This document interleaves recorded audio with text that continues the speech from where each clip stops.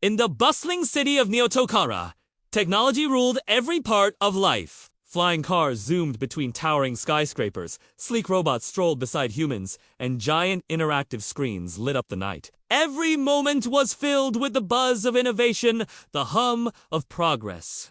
But tucked away on a quiet side street, hidden inside a dusty old shop, sat a boy named Kian. His head was bent over a cluttered workbench, tinkering with wires and circuits.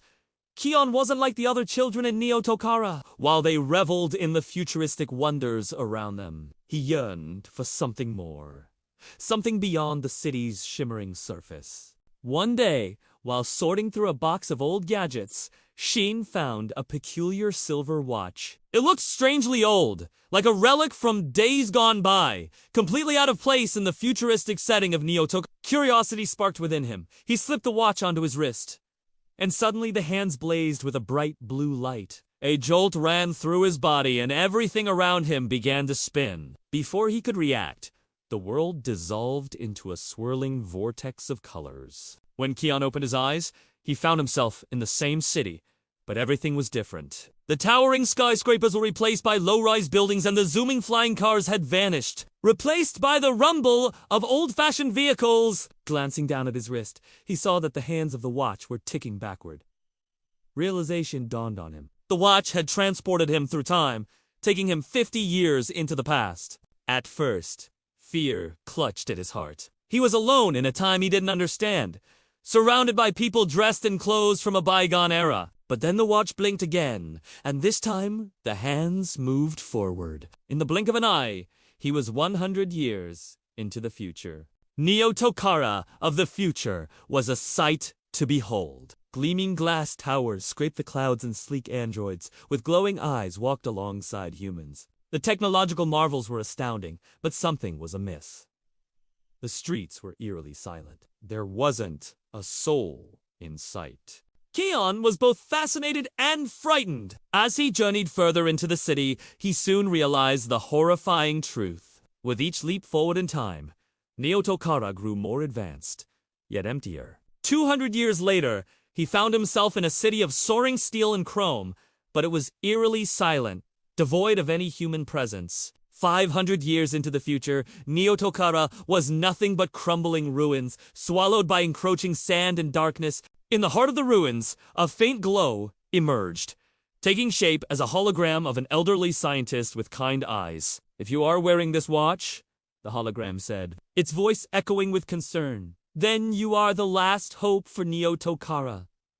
I am one of the founders of this city. We built it to be a beacon of progress, a testament to humanity's potential. But our hubris led us to ruin. We chased technological advancement without regard for nature or our fellow beings. Now time itself is unraveling before us. You have the power to change that." The time traveler's watch, in Kian's hand, pulsed with urgency. "What do you mean?" Kian asked, his voice echoing in the vast emptiness. "This watch is a time traveler's watch," the hologram explained. "It allows those who wear it to traverse through time.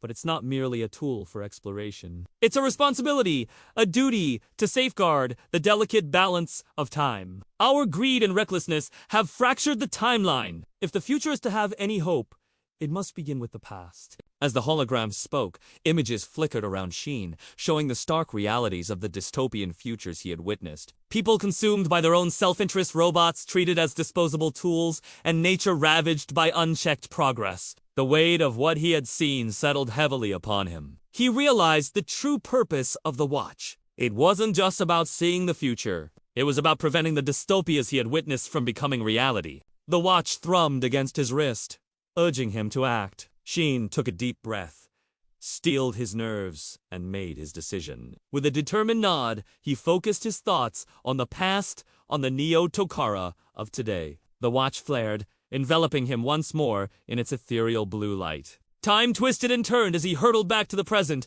the familiar sights and sounds of his own time washing over him. He found himself standing in the bustling marketplace of Neotokara. The cacophony of the crowd, the vibrant colors, the enticing aromas, all hitting him at once. People bustled around him, their attention focused on their personal devices, oblivious to the silent crises unfolding around them. The irony was not lost on Sheen.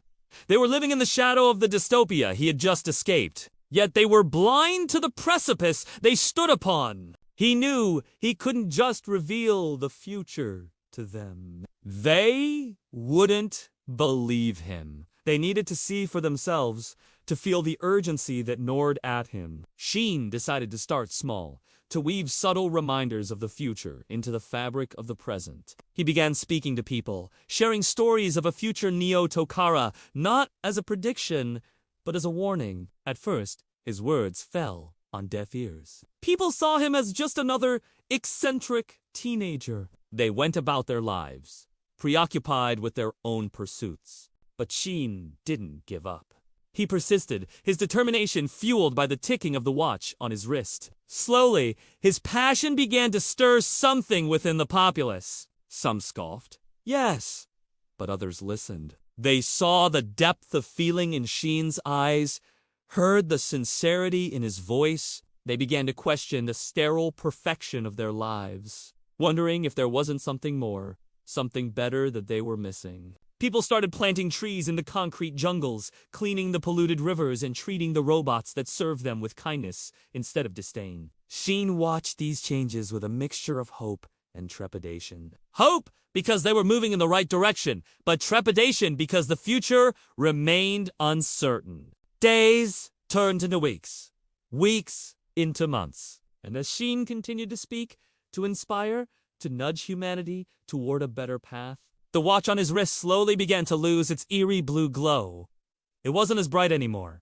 Sheen knew what that meant. The future was changing. He hadn't shifted the timeline so drastically that it had broken beyond repair. There was still hope for Neo-Tokara. One evening, Sheen stood atop the tallest building in Neo-Tokara, gazing at the sprawling city below. The sight that greeted him was a world away from the dystopias he had witnessed in the past and the present. Neo-Tokara was alive with the laughter of families, the rustling of leaves in the newly planted trees, the gentle hum of robots working alongside humans in harmony. The sight brought a smile to Sheen's face and a warmth to his heart. He looked down at the time traveler's watch in his hand, its glow now a soft, steady blue, a beacon of hope rather than a warning.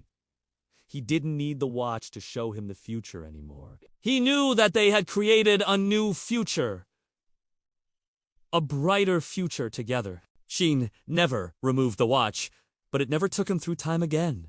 He didn't need it to. He had learned the most important truth of all. The future isn't written in the stars or in some mystical watch. It's written in the choices we make today, in the actions we take or don't take. He had saved the future, not with superpowers or fancy machines, but with something much simpler, much more profound, the power of one person's voice to inspire change.